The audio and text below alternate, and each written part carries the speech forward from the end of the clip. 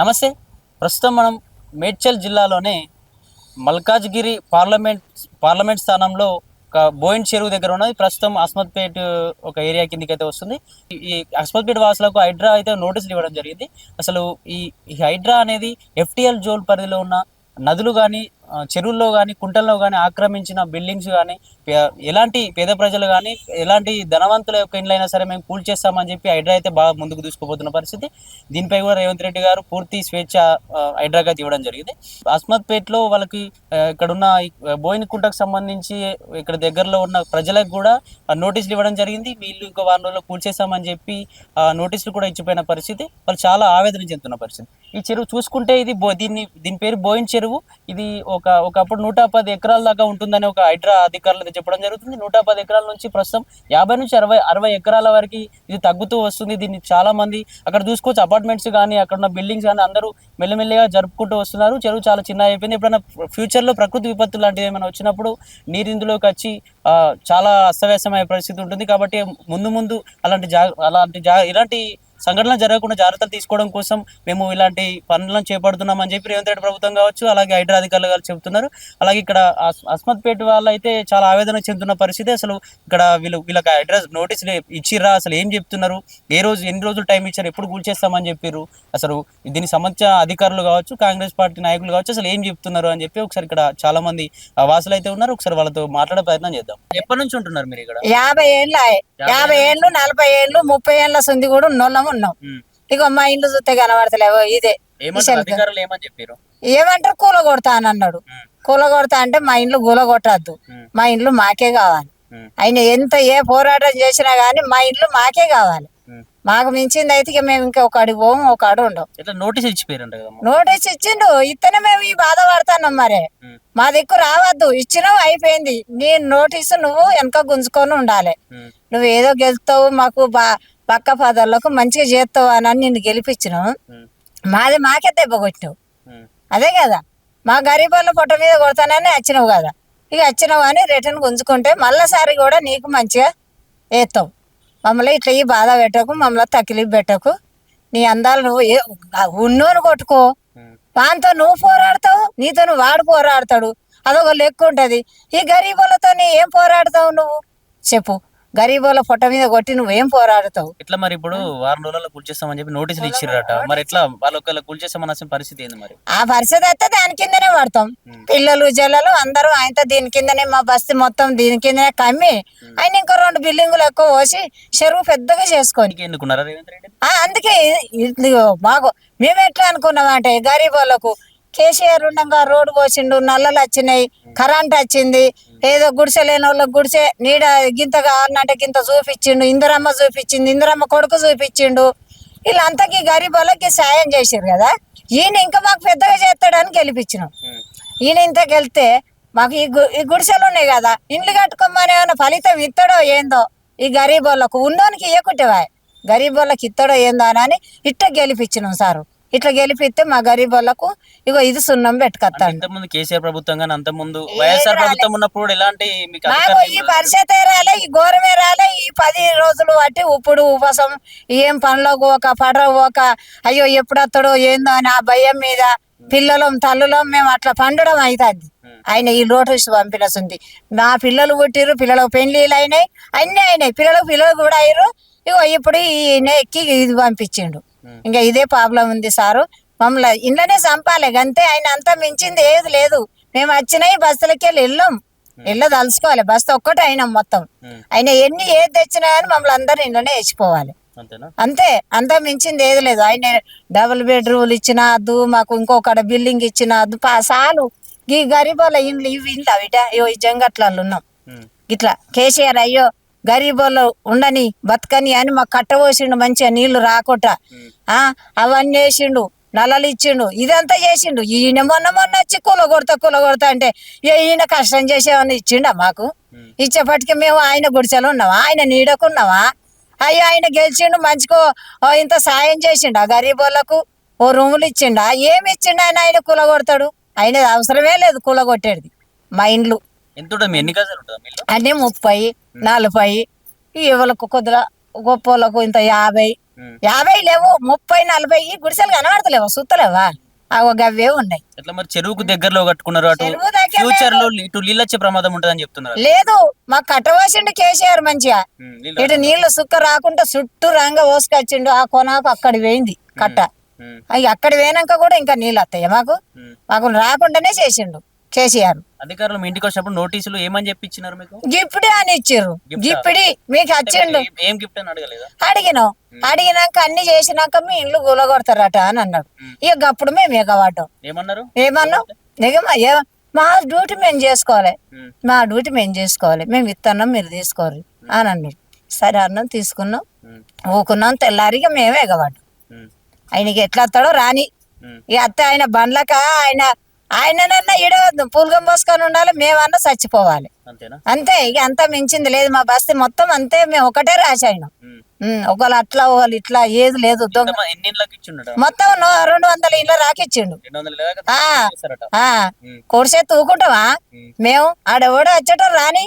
మాకు ఇల్లు taste కడతాన్నాం, current bill కడతాన్నాం, ఆ ఇల్లు పన్ను అన్ని కట్టినాక మాకేం భయం? భయం అయ్యో ఈయన కొత్తగా వచ్చిండు, ఈయన జాగలా లాపాయించుకొని దెబ్బ గుడిసెలు వేసుకొని ఉన్నాం, ఈయన మొన్న గెలిచిన దానిలా అన్నట్టు లేదు మాకు భయం. ఆయనది ఏముంది ఇక్కడ? మా మీద అంత దళసి చేసి మా ఇంట్లో కూరగొట్టడానికి ఏం లేదు ఆయనది ఇక్కడ. మాకేమి ఇయ్యలే. గెలిచి చేస్తాడు అనుకున్నాం. చెయ్యక ముందుకే మాయే గులగొడుతుండు. అంటే మీరు ఇంత ఆవేదన చెందుతున్నాయని అసలు ప్రభుత్వం నుంచి ఎలాంటి స్పందన లేదు, ఏం మాట్లాడతలేరు మీ గురించి? మరి ఎట్లా? ఎందుకు మాట్లాడారు? మాట్లాడతారు. మా ఉన్నారు కదా, మా ఓట్లు వేసిన వాళ్ళం, మేము గెలిపించిన వాళ్ళం. వచ్చారు. వాళ్ళు ఏమంటారు? పోవు మీ ఇండ్లు, మీరు భయపడకూర్రి, మీరు పోతే మేము మాట్లాడతాం కదా. మేము ఎందుకు పోనిస్తాం? 50 ఏళ్ళ సంది ఉన్నారు, 60 ఏళ్ళ సంది ఉన్నారు, అన్ని ఉన్నాయి అంతే. సారీగా ఏమన్నారు అధికారులు? ఏమంటున్నారు? ఇప్పుడు ఇట్టల రాజేందర్ వచ్చిండు, ఆయన సుత కాపాడుతాను అంటున్నాడు సారు. మరి మాకు మా ఇండ్లు మాకు కావాలి కానీ ఇంకా మేము వేరే తాళానికి పోము. మేము వేరే మాకు అది లేదు. రేవంత్ రెడ్డి సారు మాది మాకు ఇవ్వాలి అంతే. మేము కష్టపడ్డాం, మా పిల్లలు చదువులేక శాతం లేక మేము ఏము తినమంటే తిండికి లేకుండా సుత. ఇప్పుడు 30 సంవత్సరాల నుంచి ఉంటున్నాం సార్ మేము. మా ఇండ్లు మాకు కావాలి. మేము వచ్చిన మా ఇంట్లోనే మేము బతికిన మా ఇండ్లు మాకే కావాలి. వేరే కాడికి పోము. మేము వేరే ముచ్చట్లేదు. మా రేవంత్ రెడ్డి సాగు మేము గెలిపించినాం, కాకపోతే మా ఇంట్లో మాకు కావాలి. అధికారులు హైడ్రా అధికారులు నోటీసులు ఇచ్చి 1 రోజుల్లో ఖాళీ చేయాలని చెప్పారట. అట్లా ఖాళీ ఉండదు సార్. మాది మాకు ఏంటంటే గిఫ్ట్ అనుకుంటే ఇచ్చిర్రు. మాకు ఏమని చెప్పి ఇచ్చిర్రు, గిఫ్ట్ ఇస్తానని ఇచ్చిర్రు. మీ ఇంట్లో మీకు ఉంటాయి గిఫ్ట్ ఇది అని దొంగతనాన్ని వచ్చి ఇచ్చిపోయారు. కానీ ఇది పద్ధతి కాదు. ఇచ్చినప్పుడు మీ ఇంట్లో ఎవరు లేరు అప్పుడు? లేము సారు. అంటే ఎవరు చూసి అట్లా గేట్ల కత్తుకెత్తాం అని వికలాంగులు మా బాబు ఉంటే మా బాబుకి ఇట్లా చెప్పి వాళ్ళు వేయరట. అన్ని ప్రభుత్వం ఇప్పుడు అంతము వైఎస్ఆర్ ప్రభుత్వం ఉంది, కేసీఆర్ ప్రభుత్వం ఉంది, అన్ని ప్రభుత్వాలు ఎవరు కూడా కూల్ చేస్తామని చెప్పని పరిస్థితి. మంచిగా చేసిండు రేవంత్ కేసీఆర్, మాకు మంచిగా చేసిండు. రోడ్ వేసిండు, చిటికెమార్లు లేపించిండు, మాకు నీళ్ళు లేకుంటే నీళ్ళు తెచ్చిండు, డ్రైనేజ్ లేపించిండు, అన్ని మంచిగా సలవత్ చేసిండు మాకు. ఈయన వచ్చి మాకు ఇండ్లు కూడా పడుతున్నాం. మా ఇండ్లకి అది చెప్తే ఆయనకే అధికారం ఉంటుంది సారు. అంటే మీరు చెరువుకు దగ్గరలో ఉన్న మీ ఇల్లు ఫ్యూచర్ లో ప్రకృతి విపత్తులు వచ్చినప్పుడు నీళ్ళ రాలే, మాకు నీళ్ళే రాలే ఇంతవరకు. మేము 35 సంవత్సరాల నుంచి ఉన్నాం, మాకు నీళ్లు రాలే, ఏం రాలే. మా పిల్లల చదువుతా నేను కష్టపడి మేము కట్టుకున్నాం. మా అత్తమ్మ సంపాదించిన భూమి 2 ఎకరాలు ఉంటే మేము అమ్ముకొని ఇడ కొనుక్కున్నాం. మేము మార్చుతా కదా కష్టం, మా అత్తమ్మ అది. 50 సంవత్సరాల నుంచి కరెంట్ బిల్లు కట్టుతాను, ఇంటి టాక్స్ కడతాను, నల్ల బిల్లు కడతాను, కరెంట్ బిల్లు కడతాను. మేము ఏది వెనుకోవాలి. ఫ్యామిలీ మెంబర్స్ మేము 5 ఉన్నాం సార్. 3 కొడుకు. ఏం పని చేస్తారు మీరు? మేము కూలి పని చేసుకుంటాం సార్. ఇక మాకు ఎంత వచ్చేది ఓసారి లాస్ అయ్యేది తెలియదు సార్, లాభం అయ్యేది తెలియదు. వస్తే 300 400 ఎట్లా పొట్ట బట్టకు బతికి మేము ఈ ఇంట్లోనే ఉంటాను. పోకున్నా వారానికి పోకున్నా ఉన్నా కానీ ఇప్పుడు 1 రోజులు 20 రోజులు అయింది, ఇప్పటికి ఇంట్లోనే ఉంటాను. మరి భయపెట్టి ఎప్పుడు కూల కొడతారు, ఏం చేస్తారో అని మాకు భయం ఉన్నది. రేవంత్ రెడ్డి సార్కు నమస్కారం. కాకపోతే మా ఇండ్లు మాకు అగ్రగించుకొని మాది మాకు రిటర్న్ తీసుకొని ఇవి అన్ని రిటర్న్ తీసుకొని మా ఇండ్లు మాకు కావాలి అంతే సార్. ఇక మాకు ఇంటి ట్యాక్స్ కట్టినాం, ఇంటి ట్యాక్స్ కడుతున్నారు, కరెంట్ బిల్లు కట్టినట్టున్నారు, అన్ని ఉన్నాయి. ఈటల రాజేంద్ర గారు వచ్చిర్రు ఇక్కడికి, ఏమన్నారు మరి? అన్నాడు సారు. మేము ఉన్నాము, మేము చెప్పుకుంటాం రేవంత్ రెడ్డి సార్కు, మేము అడ్డుకుంటాం, మీకు ఏం భయం పడకండి, మీరు అన్నం తినుర్రి, మీరు మంచిగుండరు అని మాకు ధైర్యం చెప్పాడు. అక్కడికి వెళ్ళి అన్నము మాకు ఏడాచి కూల కొడతాడని అట్లా భయం అవుతున్నా సార్. మాకు తిండి సుత లేదు. అట్లా మా వెనక గుంజుకొని మా నోటీసులు మాకు మీ అప్పగించుకొని మీరు ఎలాంటి మాకు ఇబ్బంది పెట్టొద్దు. రేవంత్ రెడ్డి సార్కు నమస్కారం. మేము గెలిపించినందుకు, మేము చేసినందుకు. ఆయన ఇంకా మాకు ఎక్కువ చేస్తాడు అనుకుంటే మమ్మల్ని పాదల్లే అది చేస్తున్నాడు సారు. ఉన్నోళ్ళని అంటే చేసినా ఏం లాభం లేదు సారు. మా గరీబ్ వాళ్ళని ఎందుకు అది చేయాలి? మా అబ్బాయిలు వికలాంగులు ఉన్నాడు, చిన్న చిన్న పిల్లలు. మేము మా అబ్బాయిలకు సుతా స్కూల్ లేకుండా చదువు చెప్పకుండా మేము కష్టపడి కట్టుకొని వెళ్ళు. మా పిల్లలు నేను, మా మనవరాళ్ళు ఉన్నారు. వాళ్ళు ఎక్కడికి పోవాలి, మేము ఎక్కడికి పోవాలి? వాళ్ళ పరిస్థితి ఏంది? ఇప్పుడు వాళ్ళకి సుతా చదువు చెప్పిందామంటే ఇల్లు కట్టుకొని అప్పు మొన్న తీరింది. ఇంకా అట్లా మేము ఉన్నాం, అప్పుల బాధలు ఉన్నాం. కాకపోతే మాకు భూములు కావాలి సార్, అంతకు మించింది ఏం లేదు. మీరు ఒక 50 సంవత్సరాల నుంచి ఇక్కడ ఉంటున్నారు, మీ తాతగారు కావచ్చు, మీ నాన్నగారు కావచ్చు, ఇక్కడే ఉంటున్న పరిస్థితి. మరి ఇప్పుడు ఏ ప్రభుత్వం కూడా అలా చెప్పని పరిస్థితి. ఇప్పుడు ఈ ప్రభుత్వం వచ్చిన తర్వాత మీ ఇల్లు కూల్చేస్తాం, ఇది చెరువుకు దగ్గరలో ఉంది, FTL బఫర్ జోన్ దగ్గరలో ఉందని చెప్తున్నారు. ఎలా చూసుకోవచ్చు మరి దీన్ని? మేము ఇక్కడ అస్మత్పేట్ హర్జన్ బస్సి ఇక్కడ మా తాతల కాలం నుంచి ఉంటున్నాము, గత 70 సంవత్సరాలు 80 సంవత్సరాల నుంచి. అయితే ఇక్కడ ఇప్పుడు నోటీసులు ఫస్ట్ టైం ఇక్కడ రావడం జరిగింది. ఇక బఫర్ జోన్ అంటారు, FTL అంటారు. FTL అసలు మాది కానే కాదు. యాక్చువల్లీ ఇది కొంతమంది ఏమంటారు అంటే సాగు భూమి మీరు కబ్జాలు పెట్టుకొని ఇండ్లు కట్టుకున్నారు అంటున్నారు. అది కూడా కాదు. మేము ఇక్కడ నివసిస్తుండే, మా ఇండ్లు ఇక్కడ ఉంటుండే. చెరువు ఏదైతే ఉందో దాని కింద కట్ట కింద వ్యవసాయ భూములు ఉంటుండే మాకు. అయితే ఇక్కడ నివాసం ఉంటుండే. ఇక్కడ నుంచి పోయి అక్కడ పనులు చేసుకొని మళ్ళీ సాయంత్రం వచ్చి ఇక్కడ ఇళ్ళలో ఉంటుండే మేము. ఇది ఎత్తైన ప్రాంతం. ఇక్కడ నుంచి పోయిన నీళ్ళు చెరువులో నిలుస్తుండే. చెరువులో స్టోర్ అయిన నీళ్ళు మేము వ్యవసాయానికి వాడుకుంటుండే. 2 తూములు ఉండే. అప్పటి నుంచి మేము ఇట్లనే ఉన్నాం. ఇప్పటి వరకు మాకు వచ్చింది ఫుల్ ట్యాంక్ లెవెల్ వాటర్ కానీ ఎటువంటి ప్రాబ్లం కానీ మాకు ఇప్పటివరకు రానే లేదు అసలుకి. కానీ ఇప్పుడు వచ్చి కొత్తగా నోటీసులని, మీకు గిఫ్ట్ అని మా బస్సి వాసులకు, ముసలోళ్ళకు, వాళ్ళకి వీళ్ళకు చెప్పి నోటీసులు ఇచ్చిపోయారు. అసలు నోటీసులు ఇప్పుడు హైడ్రా అధికారులు నోటీస్ ఇచ్చినప్పుడు ఏం చెప్పి ఇచ్చారు? హైడ్రా అధికారులు కాదు మాకు ఇచ్చింది నోటీసులు, మాకు మున్సిపల్ నుంచి వచ్చినాయి, MRO గారి తరపు నుంచి వచ్చినాయి, కలెక్టర్ గారి తరపు నుంచి వచ్చినాయి. దానివల్ల మా బస్సి వాసులు అంతా అయితే భయభ్రాంతులకు లోనయ్యి బాధపడుతున్నారు. ఇక్కడ కష్టపడి మా భూములు ఏవైతే ఉండేనో మేము కొన్ని అమ్ముకున్నాము, కొన్నిట్లలో మేము కూడా ఉంటున్నాము ఇప్పటికి ప్రస్తుతానికి. ఇప్పుడు ఈ భూములు కూడా మా అధీనంలో, మా తాతల అధీనంలో ఉండే మేమే అమ్ముకున్నాం వీళ్ళకి. ఎందుకనంటే ఇక్కడ మార్కెట్ పడ్డది, డెవలప్మెంట్ అవుతుంది. ఇప్పుడు మాకు 350 గజాలు ఉండే, అలా మొత్తం మేమే పెట్టుకుంటే అంటే అభివృద్ధి ఎట్లా జరుగుతుంది? మా జాగా, మా పట్టాలు, మా రిజిస్ట్రేషన్లు 1987లో మా నాయనకు వచ్చినాయి. అంతకుముందు మా తాత ఉన్నాయి. దాని తర్వాత 2006లో మా అమ్మ పేరు మీద రిజిస్ట్రేషన్ చేయించాం. ఇప్పుడు 21లో నా పేరు మీద రిజిస్ట్రేషన్ చేయించుకున్నా. 2021లో నా పేరు మీద రిజిస్ట్రేషన్ చేయించుకున్నా. మాకున్న వాళ్ళు కూడా రిజిస్ట్రేషన్ చేయించుకున్నారు. ఇదంతా మాది లీగల్గా వచ్చిన భూములు, జాగాలు. మేము కబ్జా పెట్టుకొని ఏదోనో ఇది చేసే ఉన్నాయి కావు ఇక్కడ అసలుకి. FTL ల్యాండ్ అయితే అస్సలే కాదు. FTL చెరువు అంత దూరం ఉన్నది మాకు. మా ఈ 70 ఏళ్ళ ఇప్పటివరకు ఇక్కడ వరకు నీళ్ళు వచ్చింది లేదు, మేము చూసింది లేదు. మేము అగర్ వస్తే MRO దగ్గర లిస్ట్ ఉంటుంది, MRO గారి దగ్గర లిస్ట్ ఉంటుంది, కలెక్టర్ గారి దగ్గర లిస్ట్ ఉంటుంది. FTL భూములు ఏమున్నాయి, కబ్జా పెట్టినవి ఏమున్నాయి, 10 సంవత్సరాలు 20 సంవత్సరాల కింద మీ చెరువు ఎంత ఉంది, ఇప్పుడు ఎంత ఉంది, అది చూసుకొని 20 సంవత్సరాల కింద నక్ష తీసుకుంటాను FTL. ఇప్పుడు మా భూములు చూడండి, మేము నివసిస్తున్న ప్రాంతాన్ని చూడండి. అగర్ మీకు అట్లా అనిపించింది అనుకోండి, మా ఇండ్లు ఏమన్నా ఉంటే గులగొట్టుకోండి, మాకు అభ్యంతరమే లేదు. కానీ మాకు తెలిసినంత మటుకు మేము మాత్రం సురక్షిత ప్రాంతంలో ఉన్నాం. మా భూములు, మా ఇండ్లు ఏవైతున్నాయో లీగల్గా ఉంటున్నాం మేము. ఇల్లీగల్ కన్స్ట్రక్షన్ కానీ ఇల్లీగల్గా కానీ ఉన్న వాళ్ళే గులగొట్టుకోండి. అక్కడ పైన ఉన్నది ప్రేమ్ సాగర్ అపార్ట్మెంట్స్, ప్రేమ్ సాగర్ అపార్ట్మెంట్, అక్కడ జయలక్ష్మి గార్డెన్, అక్కడ మస్జిద్, అక్కడ ఆయన పేరు ఏదో సాధుల కబ్జా పెట్టిండు, అవి ఇవి అని చెప్పేసి. అవి ఏమన్నా ఉంటే చూసుకోండి సార్. అవి మాకు తెలియదు, ఆ భూమిలో ఎవరియో కూడా తెలియదు, ఏం తెలియదు. మా చిన్నగా ఉన్నప్పుడు అవన్నీ ఓపెన్ ప్లేస్లు, చెరువు ప్రాంతం. ఇప్పుడు నాది నాది అని చెప్పేసి వాళ్ళు అంటారు. మా పెద్దలు అడిగారు, అడిగితే ఇవి నాయి అని కాయిదాలు చూపించినారా అంటారు వాళ్ళు. ఇక మాకు నిజమెంతో అబద్ధం ఎంతో తెలియదు సార్. అవి అయితే కొత్తగా వెలిసినాయి, వీటిని ఏమన్నా చేసుకోండి. మేము గత 70 సంవత్సరాల నుంచి ఇక్కడ ఉంటున్నాం, మా జోలికి రావద్దు ప్లీజ్. రేవంత్ రెడ్డి గారు సీఎం అయ్యారు, మీరు 8 నెలలు అవుతుంది వచ్చి. ఇన్ని నెలల నుంచి మాకు, ఇన్ని సంవత్సరాల నుంచి మాకు ఎటువంటి నోటీస్ లేదు సార్.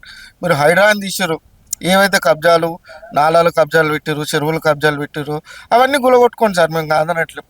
మేమున్న మాత్రం కబ్జాలు కాదు, నాలాలలో ఉంటలేం. చెరువు పక్కన ఉంటున్నాం, మురికి కాలువ కదా చేసిరు దాన్ని, అయినా వాసనకు భరించుకొని ఉన్నాం. దోమలల్లో ఉన్నాం, ఈగలల్లో ఉన్నాం, అయినా కూడా మేము ఇక్కడ దిక్కు లేదు కాబట్టి, మాకు ఇక్కడనే పుట్టి పెరిగినాం కాబట్టి మేము ఇక్కడనే ఉంటున్నాం సార్. ఈ దోమలలో రాత్రి 8 గంటలకు ఒకసారి వచ్చి అధికారులు ఎవరన్నా నిలబడండి, ఆడు పొద్దుల వరకు సావకపోతే నన్ను అడగండి. అంత దోమలలో కూడా మేము ఇక్కడ జీవనం గడుపుతున్నాం సార్. మా ఇల్లు మాత్రం మాకు కావాలి, మా ఇళ్ళని మాత్రం కూల్చొద్దు ప్లీజ్, దయచేసి అర్థం చేసుకోండి. మీకు సంబంధించి చాలా మంది అప్పుడు ఎలక్షన్ టైంలో ఓటింగ్ చేయడానికి వచ్చిన వాళ్ళు ఉంటారు, వాళ్ళు ఏం చెప్తున్నారు మరి? వాళ్ళ దగ్గరికి వెళ్తే మీరు ఓటు వేయమని చెప్పారు, మేము ప్రభుత్వం ఎన్నుకున్నాము, మరి ఇప్పుడు మా ప్రభుత్వం మా ఇళ్ళనే కూల్చేస్తా అని చెప్తుంది, మేము ఎన్నుకున్న ప్రభుత్వం మా ఇళ్ళనే కూల్చేస్తా అని చెప్తుంది, మరి దానికి ఏం మాట్లాడతారని అడిగారు. ఇప్పుడు మేము కార్పొరేటర్ కలిసాము, మాకు 15 ఏళ్ళ నుంచి ముత్తం నరసింహ యాదవ్ కార్పొరేటర్ 119 డివిజన్లో ఉన్నాము.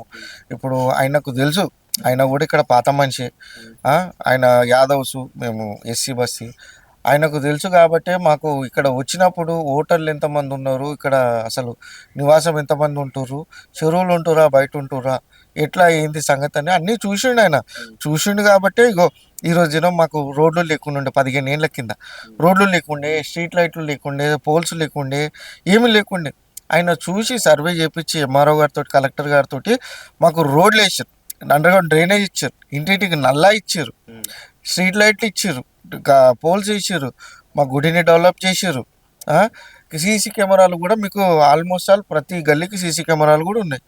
ఇంత డెవలప్డ్ ఏరియా మేము చేసుకున్నాం సార్. ఇక్కడ ఇప్పుడు ఈ సీసీ రోడ్లు కావచ్చు, ఈ కరెంటు స్తంభాలు కావచ్చు, ఏ ప్రభుత్వం ఉన్నప్పుడు వచ్చాయి? ఇప్పుడు అసలు ఇవన్నీ మాకు మా ముద్దం నరసింహ ఉన్నప్పుడు, ఎప్పుడనంటే ఆయన పిఆర్పి నుంచి గెలిచిన ఫస్ట్ టైము, అప్పుడు కొంచెం చేసిండు. దాని తర్వాత బీఆర్ఎస్ ప్రభుత్వం ఉన్నప్పుడు ఆయన బీఆర్ఎస్లో చేరిండు, అప్పుడు ఆయన చేపించిండు. ఇప్పుడు ప్రస్తుతం మళ్ళీ ఒక 5 ఏళ్ళు అంటే 11వ ఏట కూడా ఇప్పుడు బీఆర్ఎస్ ప్రభుత్వంలో ఉన్నాడు, ఆయనే చేసిండు. కానీ మాకు ఇంటి పైదాలు ఇచ్చినప్పుడు 1987 అంటే 1982లో మన ఎన్టీ రామారావు గారు గెలిచి 5 సంవత్సరాల పాలనలో ఉండే తెలుగుదేశం పార్టీ.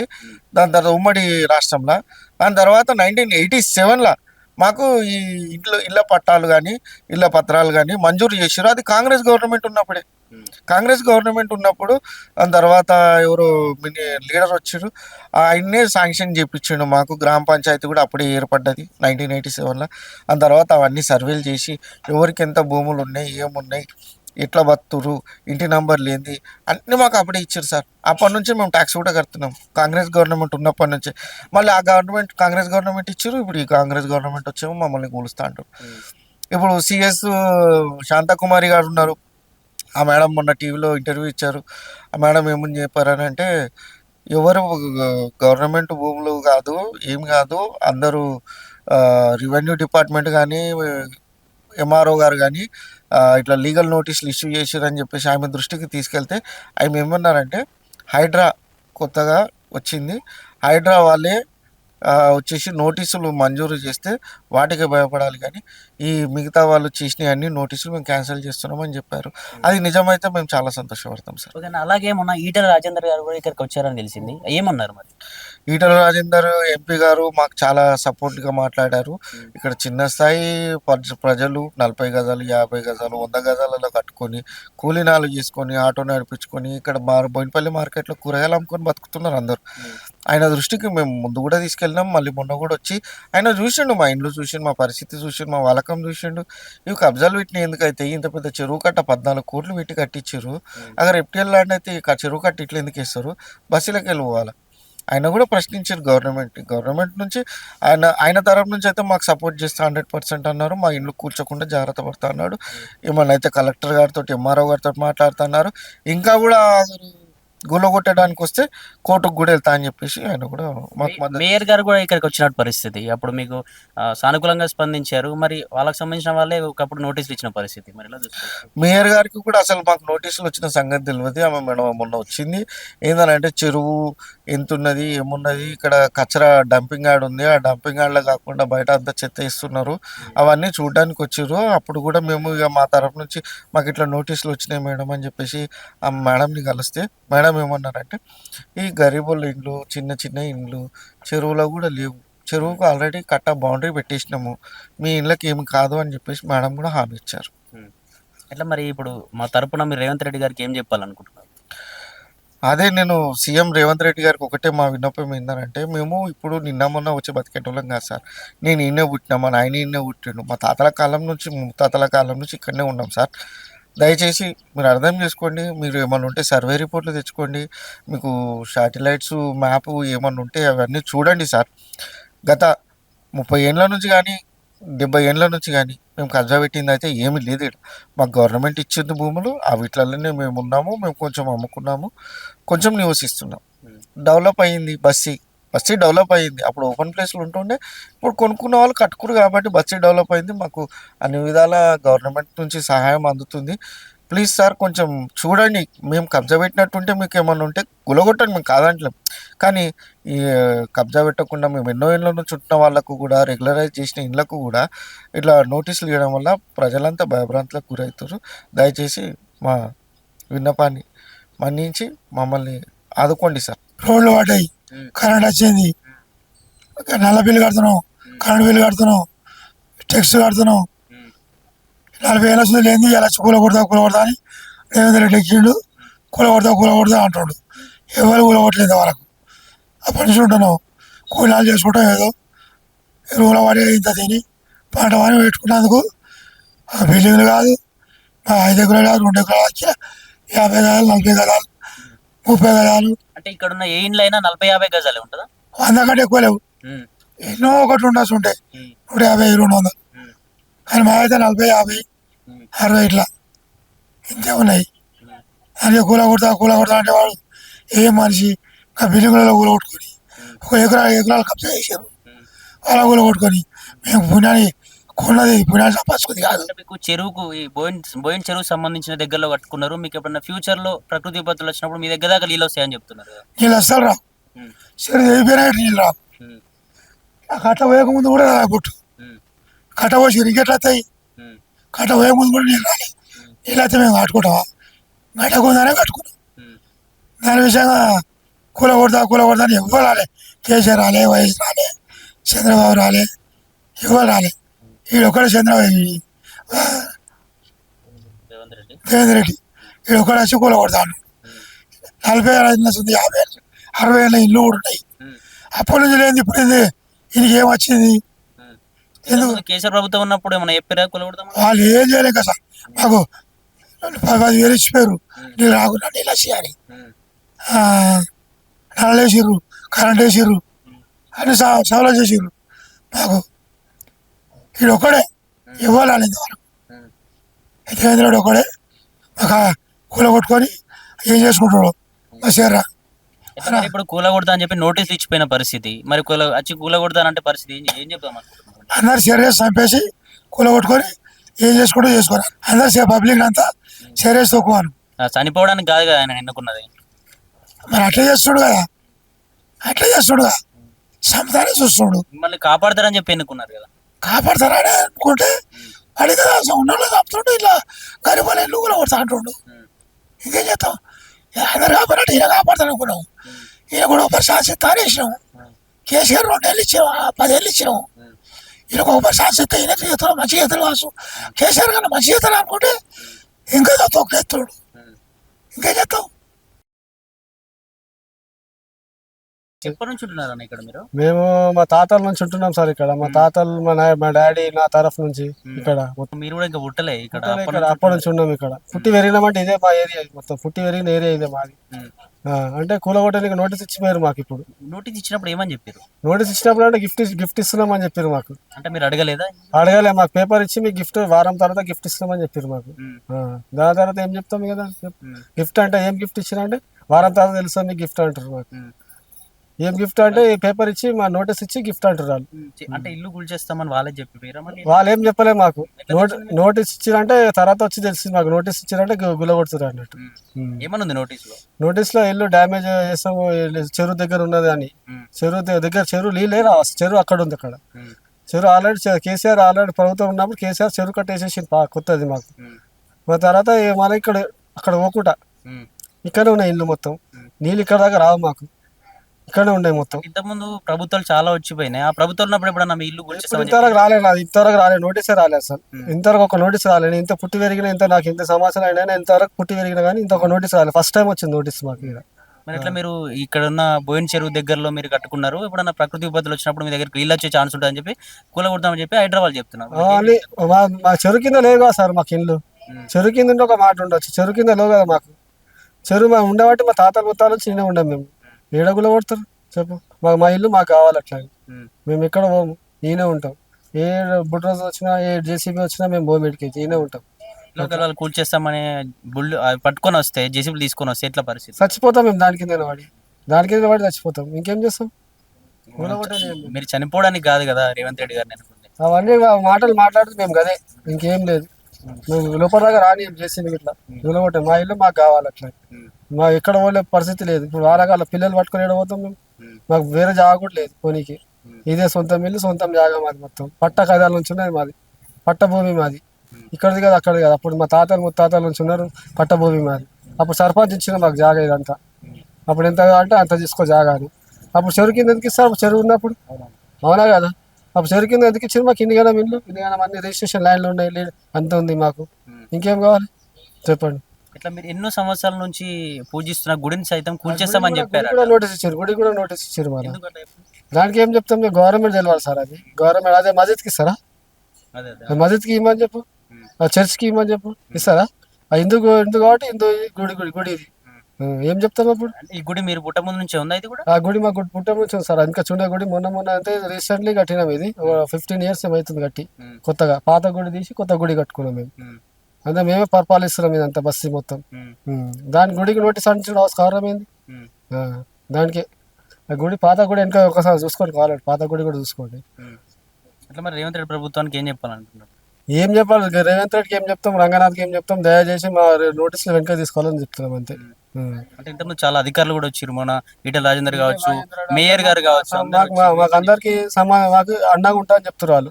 రాజేందర్ రెడ్డి, ఈటెల రాజేందర్ రెడ్డి, మా ముద్దం నరసింహారెడ్డి కూడా ఉన్నాడు, ముద్దం నరసింహ యాదవ్ ఉన్నాడు, కార్పొరేటర్. ఆయన కూడా చెప్పిండు మీకు మద్దతు ఉంటామని చెప్పాడు. ఆయన ఎమ్మెల్యే సార్ కూడా ఉన్నాడు, మాకు ఎమ్మెల్యే సార్ కూడా చెప్పిండు మీకు మంచిగా సపోర్ట్ ఉంటాం, ఏం కాకుండా చూస్తాం. ఇన్ని సంవత్సరాల నుంచి ఉన్నారు మీరు, 70 సంవత్సరాలు 80 సంవత్సరాల నుంచి ఉన్నామని. అట్లా మాకు సపోర్ట్ ఇచ్చిపోతున్నారు వాళ్ళు వచ్చి. ఇంకేం మాట్లాడతలేరు వాళ్ళు. కానీ మాకు వెనక ఉంటా అని చెప్పారు వాళ్ళు. మీకు బ్యాక్ సపోర్ట్ ఉంటాం, ముంగట నిలబడతాం, మీకు ఏం కాకుండా చూస్తామని చెప్పారు.